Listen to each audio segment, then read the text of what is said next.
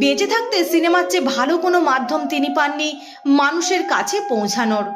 তার জীবনের শেষ নিঃশ্বাস অবধি সিনেমাকে আঁকড়ে বেঁচেছিলেন। তার তৈরি চলচ্চিত্রে সবসময় উঠে এসেছে দেশভাগ, উদ্বাস্তু কলোনি, মানুষের জীবনযাত্রা এবং তাদের শেকড় ছেঁড়া যন্ত্রণার কাতর আর্তনাদের করুণ দৃশ্য। ঋত্বিক ঘটকের তৈরি চলচ্চিত্রগুলো ধারাকে 70-এর দশকের প্রজন্ম অনেকে ধরতে পারেননি। অনেকে সমালোচনা করেছেন, ব্যঙ্গ বিদ্রুপ করেছেন।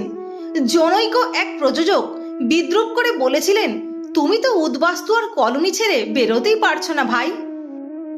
দেশভাগের পর তৎকালীন পূর্ববঙ্গ থেকে আসা উদ্বাস্তুদের জন্য ঋত্বিক ঘটক ছিলেন দারুণ সমব্যথী। কলকাতার রাস্তায় তাঁকে ভিক্ষা করতেও দেখেছেন অনেকে। তাই তো তাঁর কথায় কাজে প্রতিটি পদক্ষেপে উঠে এসেছে কলকাতার শহরতলির উদ্বাস্তু মানুষগুলোর কথা।